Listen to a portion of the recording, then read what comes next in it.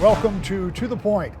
The Republican National Committee wrapped up this past week, and with Democrats meeting last week, the sprint to Election Day is on. As we did for the Democratic wrap last week, we'll feature part of President Trump's acceptance speech from the RNC. But first, Vice President Mike Pence was already on the trail, campaigning just one day after the convention. And one of his first stops was in Traverse City. That's where he talked to me about further opening the economy and more. Ladies and gentlemen, the Vice President of the United States, Mike Pence. The Vice President arrived in Traverse City to be greeted by a few hundred people who had been waiting in a light rain for their newly nominated candidate. I asked him about the reopening of the economy and schools as he has talked about in the age of COVID. Well, the CDC said from very early on that it's not only important for our kids academically, it's not only important for kids with special needs, learning challenges, and nutrition, but they really believe that it's a public health priority that our kids be back in the classroom, and we really believe that we can do that in a safe and effective way. We're going to continue to support states, continue to provide resources. We've already made billions of dollars available to states, and a week ago, we added teachers and faculty at schools to the list of essential workers at the Department of Homeland Security, just to make sure that they would know that we're going to prioritize testing, prioritize personal protective equipment to make sure that our schools can be safe. But we really believe, the President and I believe, that getting our kids back in the classroom with the proper mitigation efforts is best for our kids. It's best for our vulnerable children who have nutrition needs or have special needs in our school. But also, Rick, for working families, by some estimate, only 1 out of 5 single parents in America can work from home. And so getting the kids back to school is also about opening up America again. And so we're going to continue to work with states to make that possible. During the convention, the Vice President talked a lot about backing law enforcement. I asked him about his take on also working with those who are calling for an end to racial and social injustice. Well, the President and I stand for law and order, but we'll always defend the constitutional right to peaceful protest. But the rioting and chaos and violence against innocent civilians and property and law enforcement that we've seen in many of our major cities, even as recently as this week, is just unacceptable. And we're going to take strong stands to have law and order on our streets. But make no mistake about it, the President and I believe that we don't have to choose between supporting law enforcement, improving public safety, and supporting our African American families, particularly in our major cities. Is what we've done and will continue to do for 4 more years is to give law enforcement the resources to have better training and improve public safety. But we'll also build on a record that saw the lowest unemployment ever for African Americans in our first 3 years, record investments particularly in our inner cities where so many African Americans live and work and look for work, supporting educational choice for families. All of those things demonstrate that we can support law enforcement, we can support our African American and other minority families. President Trump and I are absolutely committed to do both. And I know Michigan's going to say yes to 4 more years. Finally, after an upset 4 years ago, can Trump-Pence win Michigan again? The people of Michigan understood President Donald Trump from very early on. They knew that if we had a president that cut taxes, rolled back regulation, and fought for free and fair trade that put workers first, that we could bring this economy all the way back. And that's just what we did in our first 3 years. The USMCA, setting aside NAFTA that had cost tens of thousands of jobs in Michigan and all across the heartland, is just one example. And we really believe that the enthusiasm we see here today and that we hear of all across Michigan says that just like the people of Michigan did in 2016, that Michigan's going to say yes to 4 more years of President Donald Trump in 2020. The day before coming to Michigan, the Vice President was with President Trump as he accepted his party's nomination for a second term. And here is part of what the President had to say. What united generations past was an unshakable confidence in America's destiny and an unbreakable faith in the American people. They knew that our country is blessed by God and has a special purpose in this world. It is that conviction that inspired the formation of our union, our westward expansion, the abolition of slavery, the passage of civil rights, the space program, and the overthrow of fascism, tyranny, and communism. This towering American spirit has prevailed over every challenge and lifted us to the summit of human endeavor. And yet, despite all of our greatness as a nation, everything we have achieved is now in danger. This is the most important election in the history of our country.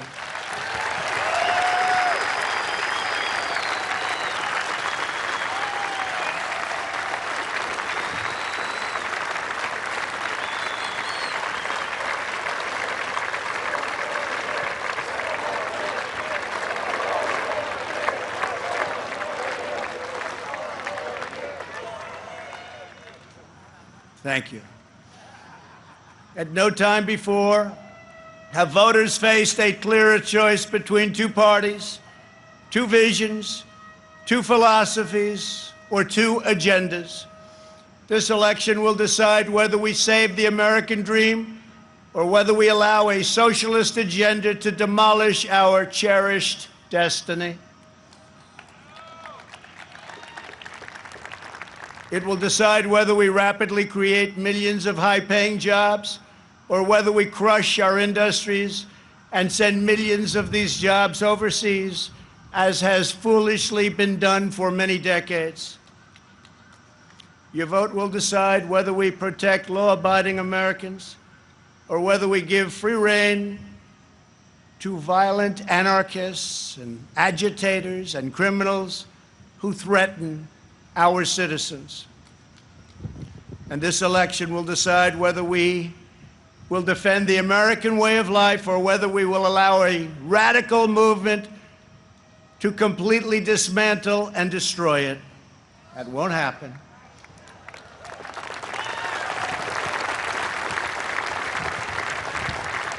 At the Democrat National Convention, Joe Biden and his party repeatedly assailed America as a land of racial, economic, and social injustice. So tonight I ask you a simple question. How can the Democrat Party ask to lead our country when it spends so much time tearing down our country?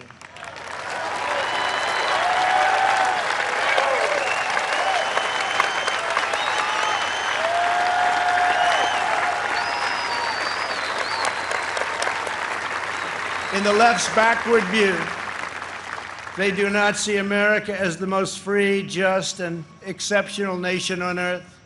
Instead, they see a wicked nation that must be punished for its sins. Our opponents say that redemption for you can only come from giving power to them. This is a tired anthem spoken by every repressive movement throughout history. But in this country, we don't look to career politicians for salvation. In America, we don't turn to government to restore our souls. We put our faith in Almighty God.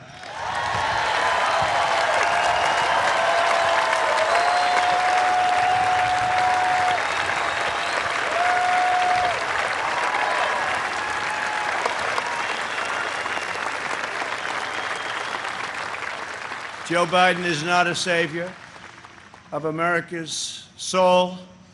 He is the destroyer of America's jobs, and if given the chance, he will be the destroyer of American greatness. For 47 years, Joe Biden took the donations of blue-collar workers, gave them hugs and even kisses,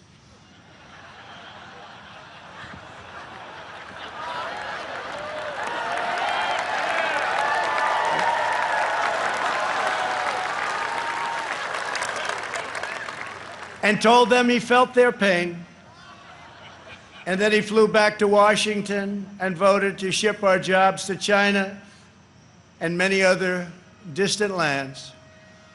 Joe Biden spent his entire career outsourcing their dreams and the dreams of American workers offshoring their jobs, opening their borders, and sending their sons and daughters to fight in endless foreign wars, wars that never ended.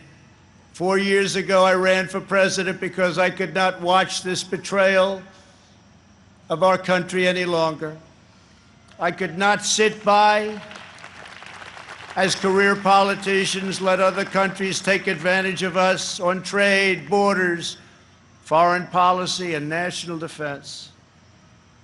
Our NATO partners, as an example, were very far behind in their defense payments.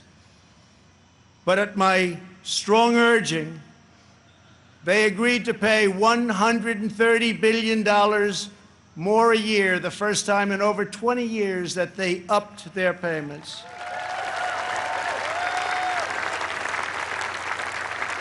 And this $130 billion will ultimately go to $400 billion a year. And Secretary General Stoltenberg, who heads NATO, was amazed after watching for so many years and said that President Trump did what no one else was able to do. Thank you.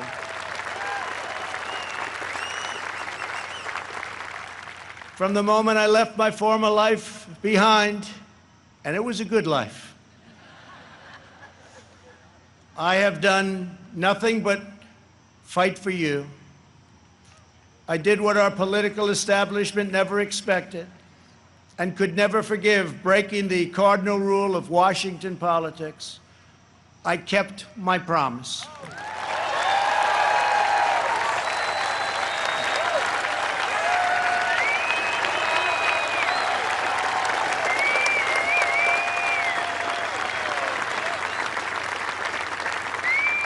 Together, we have ended the rule of the failed political class, and they are desperate to get their power back by any means necessary. You've seen that. They are angry at me because instead of putting them first, I very simply said, America first.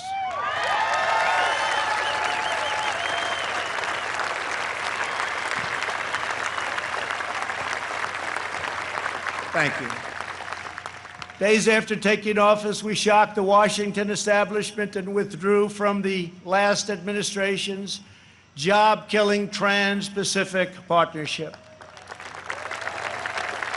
I then immediately approved the Keystone XL and Dakota Access pipelines, ended the unfair and very costly Paris Climate Accord, and secured for the first time American energy independence.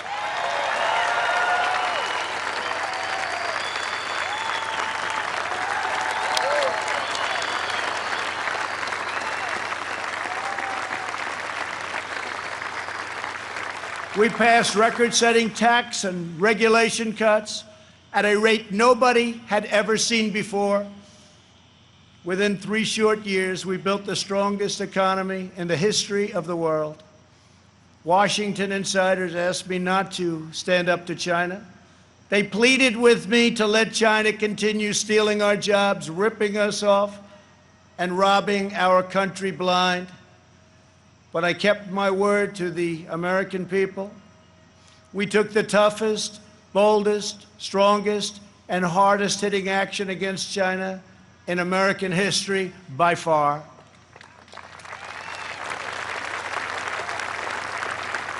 They said that it would be impossible to terminate and replace NAFTA.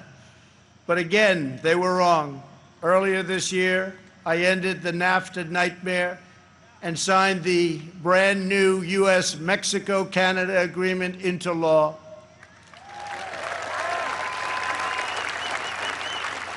And right now, auto companies and others are building their plants and factories in America, not firing their employees, and not deserting us for other countries.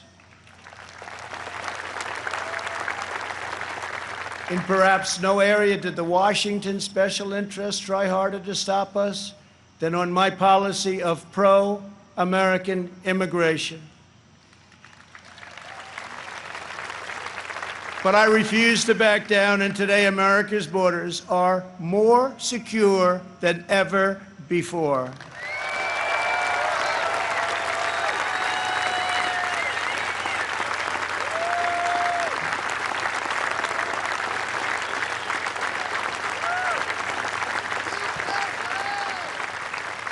Thank you.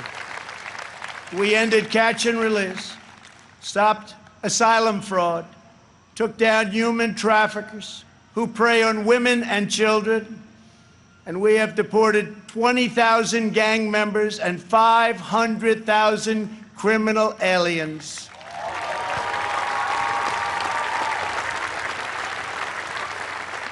We have already built 300 miles of border wall, and we are adding 10 new miles every single week. The wall will soon be complete, and it is working beyond our wildest expectations. And on November 3rd, we will make America safer.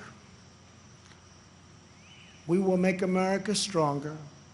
We will make America prouder. And we will make America greater than ever before. I am very, very proud to be the nominee of the Republican Party. I love you all. God bless you, and God bless America. Thank you very much.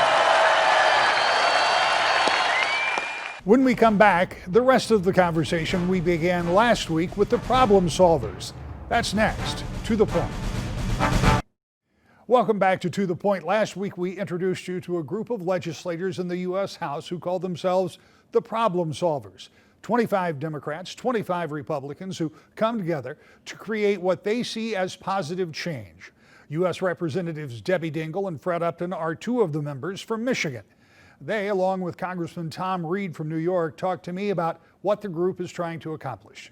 I want to ask each of you, and I'll begin with you, about the next relief package, the next COVID relief package, assuming one is coming. There have been two very different plans put out there. They are far apart, different in scope, different in dollars and cents, different in what they do. As an observer, outside looking in, it looks like a really big gap between those two. But right now people are wondering if they're going to get another stimulus check, wondering if there's going to be a further extension of unemployment benefits and a number of the other things that go along with that. How do you, as the problem solvers, approach what seems to be a pretty monumental division?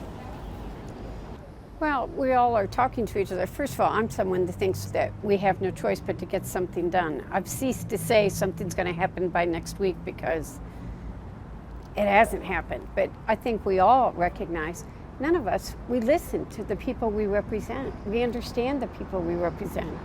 They're scared. There are people out there that don't know, that by no choice of their own, COVID has turned the world upside down. They don't have a job, and they don't know how they're going to live, and they don't know how they're going to make their rent or their mortgage payment. And we have a real food insecurity issue. I mean, food banks' demand has gone up by 60, 80% at different places. And we have no choice but to do something for the people that we represent. They're looking at us and they expect us to do something, and we need to figure out how we're going to get it done, because that's our job. How tough is it to bring reticent members along who are, for whatever reason, not ready to pull the trigger on another bill that's going to spend into the trillions? You know, it's always easy to vote no. The key is, how do you get to yes? Earlier this week, I talked briefly with the mayor of Grand Rapids. I was earlier this week with the mayor of Kalamazoo, and with the former mayor of Corning, New York, a leader in the Congress and a good friend. Our cities, our counties, our state, you know, this didn't end at Easter. We still have it at Labor Day, and it's going to be a while longer. So it's a loss of revenue, it's additional services. Here in Michigan, nearly 100,000 people have been tested positive, with 6,500 deaths. No one was expecting that. No one wanted that, certainly, in March. Our schools are just opening up now. they don't have the right resources. There is nothing more precious to any of us here than our kids, and we are not going to send our kids to a school that's unsafe, that doesn't have the right resources. The teachers, and I was with a teacher earlier this week again, she's petrified about going back. She's going to retire at the end of this year for sure, because the pressure, all of that. So we have to stand together. We have to say, what are the resources that the federal government can do to get through this, to get additional testing, to get a vaccine, to sort of restore our way of life? In the meantime, we got to fill the gap. And I'd like to think that the Senate can do something that the four of us could do, Republicans and Democrats. But we got to get a bill to the president that's going to take care of that versus stall things. And who knows what happens when we get to mid-September if we don't get something done.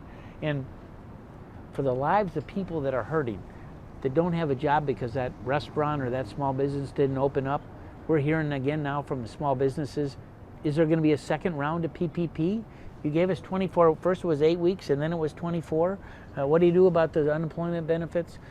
Mitch McConnell, to his credit, had $105 billion for education, not only K through 12, but universities as well.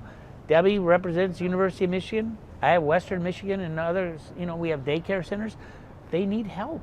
They need help, and we've got to fill the gap, and we got to work together to get it done, knowing that we have divided government. But the problem solvers is the one group that's there. Our 50 votes make a difference, and we're going to try our best to try and get it done. Give me your take on what a package looks like, and then look into your crystal ball and tell me when it might come well, about. and I'll follow up on that. I mean, that's why also when we started this working group, this informal working group of the Problem Solvers Caucus, to try to bridge that difference on the COVID-19 package, and the White House heard about it, they reached out to us. And they spent an hour with us on the phone, Mark Meadows himself, going through line by line kind of where they were, and we're communicating with the speaker and others, keeping people informed and saying, where are we at with these numbers? What do you mean by this proposal? What is the length of time you're proposing? And what we're finding is a lot of times people are talking past each other. What we're also finding, Rick, is right now, obviously, we have to be honest that this is election season. November's right around the corner. So a lot of people that are in the room and negotiating this substantively maybe aren't looking at it from a substantive perspective solely. They're looking at it from a political lens. And when you look at it from a political lens, that's causing sides to go into their corners. And that's very frustrating, because when you look at it politically, the American people lose. Maybe you win politically, but the American people lose at the end of the day. And so where I think a deal is, everybody knows substantively what needs to be done. Either long-term, short-term, you can do the numbers. It's pretty easy to actually get to a reasonable package if you actually spend the time to get there. Now, I think the politics has to change. That's why it's incumbent upon the American people to step up and start calling their congressmen, start saying this is unacceptable on both sides of the aisle.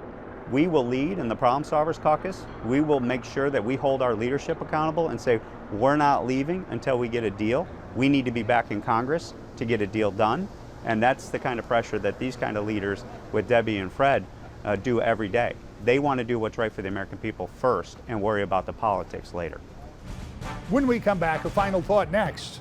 To the point. The conventions are over and the push to the finish for both the Democratic and Republican tickets is on.